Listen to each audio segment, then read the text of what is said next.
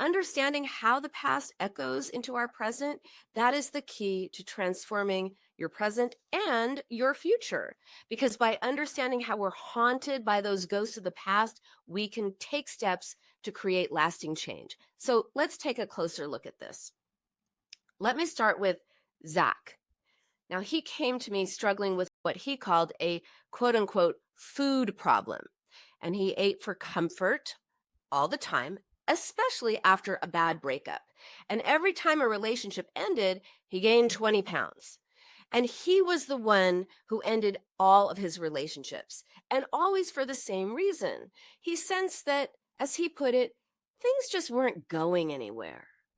And these relationships also, they always lasted about a year and a half. And after every breakup, he'd start binging on pasta and pizza, and as he put it, everything Italian. Italian was his thing. And eventually he would go on a strict diet, he'd reach his goal weight, he'd find a new girlfriend, and the cycle would repeat. To understand what was going on, we had to look at, you guessed it, Zach's past. He was the oldest of 4 kids. He was the only boy. His mother was, wait for it, Italian. And she came to this country for grad school. And his dad was a popular college football player type dude.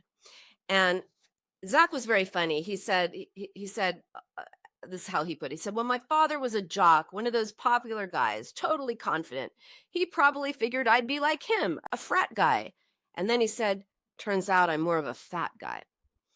So instead of sports, Zach preferred playing video games. He liked reading. He felt awkward around his dad. He never knew what to talk about. He was closer to his mom, who was nice. She was affectionate. She made really good lasagna. And Zach thought it was just a total coincidence that all of his relationships ended about a year and a half. And this included jobs too. He would leave jobs after a year and a half. He would leave girlfriends after a year and a half. And when we were working together, he never missed a session. He was always open to exploring his issues. And then, oh yes, we began to approach the year and a half mark in therapy. For the first time, Zach started canceling, and he said things just weren't going anywhere. He was thinking about ending treatment. So I pointed out the similarity between what was happening with us and with girlfriends and jobs and everything. And I noticed, hey, you say the same thing about jobs, relationships, things just aren't going anywhere. So I asked Zach what happened when he was about a year and a half old.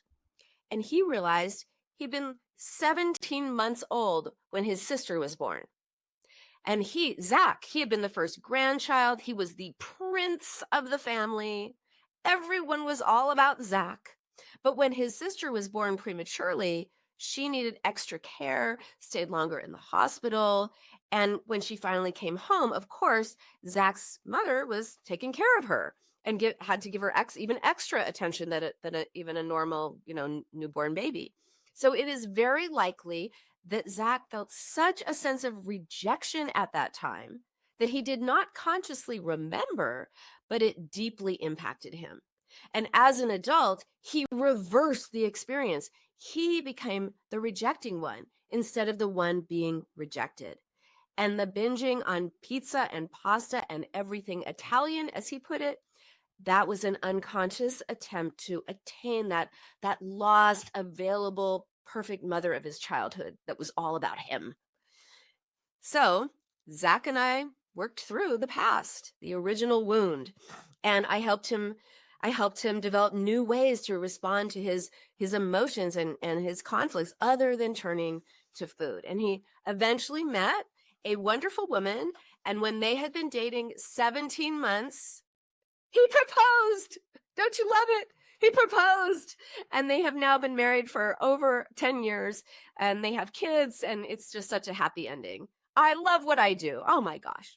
So Zach's story, it is a powerful example of how by bringing those hidden conflicts from the past into the light in the present, we can create lasting change.